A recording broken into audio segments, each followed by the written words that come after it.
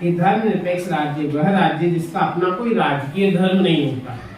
मैंने यही कहा है आपसे कि जिस देश का कोई विशेष धर्म, कोई राजकीय धर्म, जैसे राष्ट्रीय पक्षी है ना, किसी राज्य का राज्य पक्षी है ना, राष्ट्रीय तिरंगा जो झंडा है वो ध्वज, राष्ट्र ध्वज सब है, राष्ट्रीय भाषा है राजभाषा, राष्ट्रीय भाषा नहीं राजभाषा सब है। ऐसे ही हमारे देश का कोई राजकीय धर्म नहीं, अगर होता तो सब उस धर्म को मानते और उसका बड़ा आदर सत्कार होता, लेकिन यहाँ अनेक धर्मों के लोग निवास करते हैं, इसलिए यहाँ किसी एक धर्म को विशेष धर्म या राजकीय धर्म घोषित नहीं किया गया है, जिसमें सभी नागरिकों को कोई भी धर्म अपनाने की स्वतंत्रता होती है। राज्य धर्म के आधार पर नागरिकों में कोई भेदभाव नहीं। मतलब बस समझ में 3 बातें यहाँ पर करनी। कितनी बातें? सबसे पहले नंबर 1, दूसरी और फिर तीसरी। कितनी बातें करनी यहाँ पर? 3 बातें करनी। हमेशा बार बार बातें नहीं आती है। कितनी आती हैं? इसलिए 3 बातें आप ध्यान रखें। क्या रखें? 3 बातें। पहली बात, धर्मनिरपेक्ष राज्य से आशय है कि हमारे देश का कोई राजकीय धर्म नहीं। राजकीय मतलब क्या होता है? सरकारी धर्म, यानी देश ने कोई धर्म राजकीय धर्म घोषित नहीं किया है ना, राजकीय धर्म नहीं होना। क्या होता है? धर्म निरपेक्ष राज्य होता है। वो राज्य कौन सा होता है? वो देश कौन सा होता है? वहाँ पर किसी विशेष धर्म को मान्यता नहीं दी गई है, वो धर्म निरपेक्ष राज्य होता है, अर्थात वहाँ कोई विशेष धर्म नहीं होता। यहाँ पर नागरिकों को कोई भी धर्म अपनाने की स्वतंत्रता है। नागरिकों को कोई भी धर्म अपना सकते हैं। बोलो, अब एक धर्म यहाँ पर नहीं है, कोई राजकीय धर्म नहीं है, कोई विशेष धर्म नहीं है, तो कोई भी नागरिक किसी भी धर्म को ग्रहण कर सकता है, उसे स्वतंत्रता है। बोलो, है या नहीं है?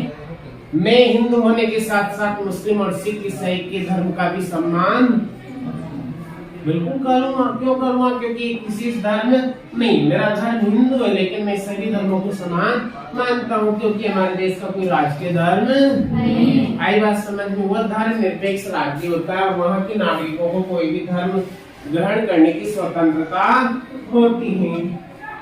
राज्य धर्म के आधार पर कोई भेदभाव नहीं करता। क्या नहीं करता? ये बातें यहाँ पर आई। कितनी बातें? 3 बातें। धर्मनिरपेक्ष राज्य से आप क्या समझते? आप लिखेंगे प्रश्न, क्या लिखोगे? धर्मनिरपेक्ष राज्य से आप क्या समझते? तो आप लिखोगे कि जिस देश का कोई राजकीय धर्म वह राज्य, वह देश क्या होता है? धर्मनिरपेक्ष राज्य होता है। वहाँ के नागरिकों को कोई भी धर्म ग्रहण करने की क्या होती है? स्वतंत्रता होती है, अर्थात वो कोई भी धर्म अपना सकते हैं। उन पर कोई बाध्यता नहीं होती है कि देश के द्वारा जबरदस्ती कोई धर्म सौंपा जाता है। नहीं, कोई भी धर्म स्वीकार कर सकते, किसी भी धर्म का पालन कर सकते। वह राज्य जो कौन है? धर्मनिरपेक्ष राज्य है। वह राज्य धर्म के आधार पर कोई भेदभाव नहीं। कितनी बातें हैं? इसलिए हमारा कोई राजकीय धर्म नहीं है, और यहाँ पर हम यहाँ के जो नागरिक हैं उनको कोई भी धर्म अपनाने की स्वतंत्र बातें यहाँ पर। किसी देश का कोई राजकीय धर्म नहीं है, यहाँ के नागरिक कोई भी धर्म अपना सकते हैं, पालन कर सकते हैं, पूजा अर्चना कर सकते हैं, संगीत सुन सकते हैं, है ना, जो भी है रामायण महाभारत पुराण गीता जो भी है सभी धर्मों की पढ़ सकते हैं, कोई बाध्यता नहीं है, और राज्य कोई भेदभाव नहीं। इसके आधार पर धर्म के मतलब कितनी बातें? 8वां प्रश्न, राजनीतिक दल जनमत का निर्माण किस प्रकार करते हैं? राजनीतिक दल जनमत का निर्माण, देखो जनमत,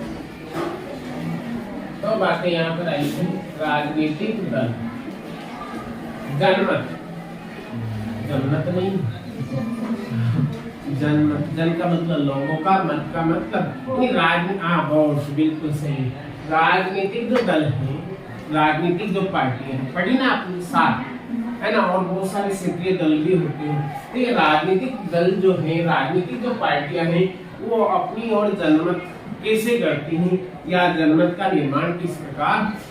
जैसे हम भारतीय जनता पार्टी की बात करते, बहुत सारे लोग भारतीय जनता पार्टी उनका वोट भारतीय जनता पार्टी को, वो भारतीय जनता पार्टी के पक्ष में, बहुत सारे कांग्रेस के, बहुत सारे बसपा के, बहुत सारे आम आदमी पार्टी के पक्ष में, उनका मत किसकी ओर है? उस पार्टी की ओर। ये जनमत का निर्माण किस प्रकार करते हैं? ये इन लोगों के मत को अपनी ओर किस प्रकार से खींचते हैं?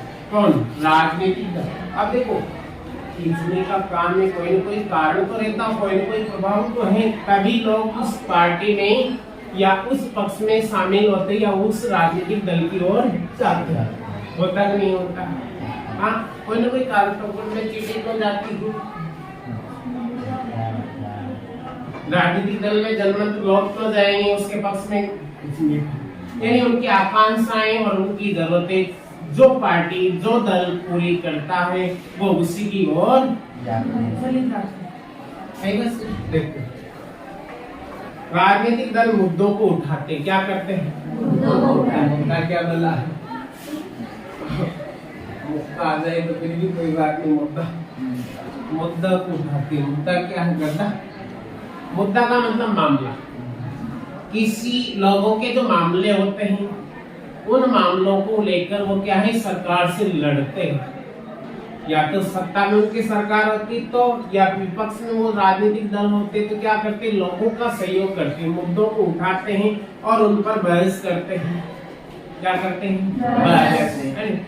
जनता की ओर से कोई भी मामला या मुद्दा अगर उलझा हुआ है तो उस मुद्दे को राजनीतिक दल उठाते हैं, सरकार के सामने रखते हैं और उस पर बहस करते हैं सरकार से, और उसमें जनता का हित होता है, इसलिए जनता के हित के लिए वो प्रयास करते हैं। और जब वो मामला, वो मुद्दा हल हो जाता है तो जनता उस दल की ओर, हमारा काम किसने किया, हमारा मामला किसने सुलझाया, ये अच्छा दल है, हमारी सारी जरूरत। इस प्रकार से ये राजनीतिक दल जनमत का निर्माण।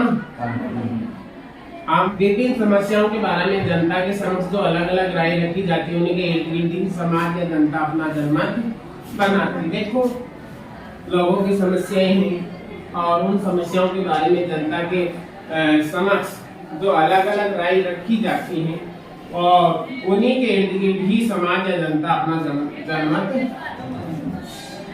सबसे पहली बात है, राजनीतिक जो दल है क्या करते हैं? जनता के जो मुद्दे होते हैं उनको उठाते हैं और सरकार से बहस करते हैं।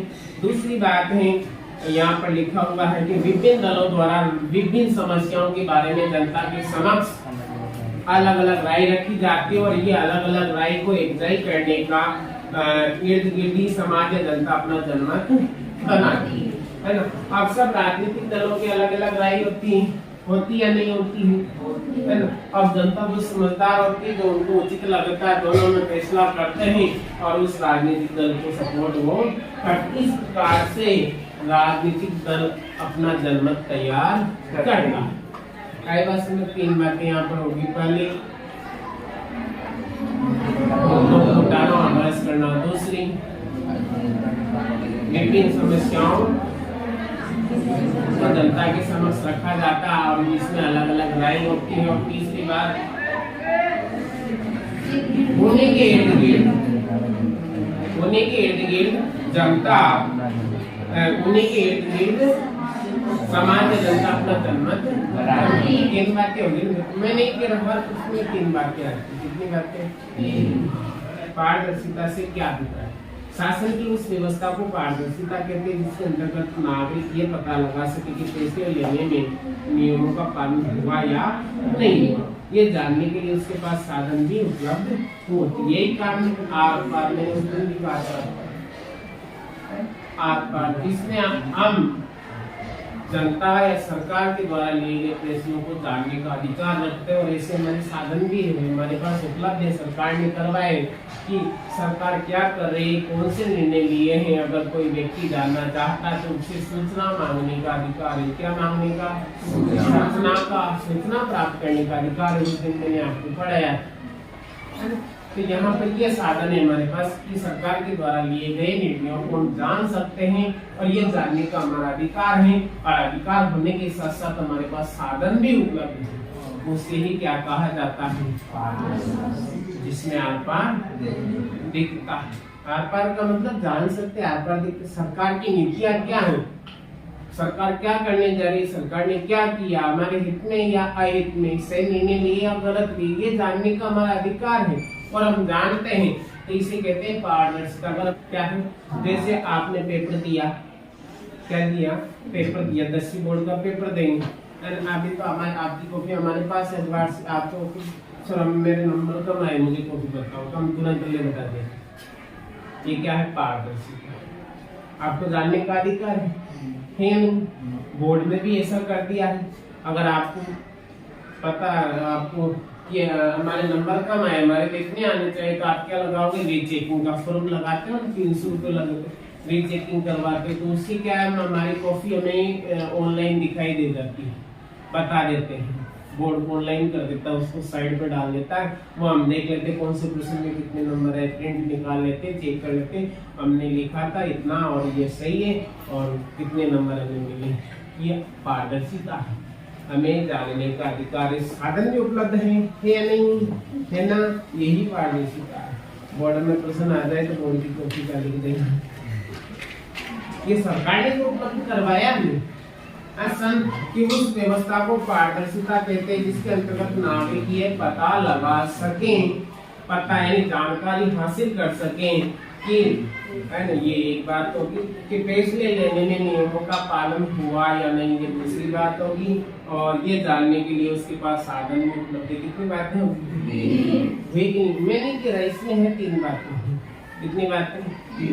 पहली तो क्या है, जानने का, जानकारी हासिल कर सकते हैं, क्या कर सकते हैं, लिखा हुआ है ये देखो, पता लगा सके कि, है ना, जानकारी हासिल करना एक बात होगी, पता लगाना एक बात होगी, और उसमें नियमों का पालन हुआ कि नहीं हुआ, कौन से नियमों का पालन हुआ या नियमों का उल्लंघन किया गया है, दूसरी बात होगी, और ये तीसरी बात होगी जिसके साधन हमारे पास उपलब्ध। बोलो हुई कि नहीं हुई 3 बात?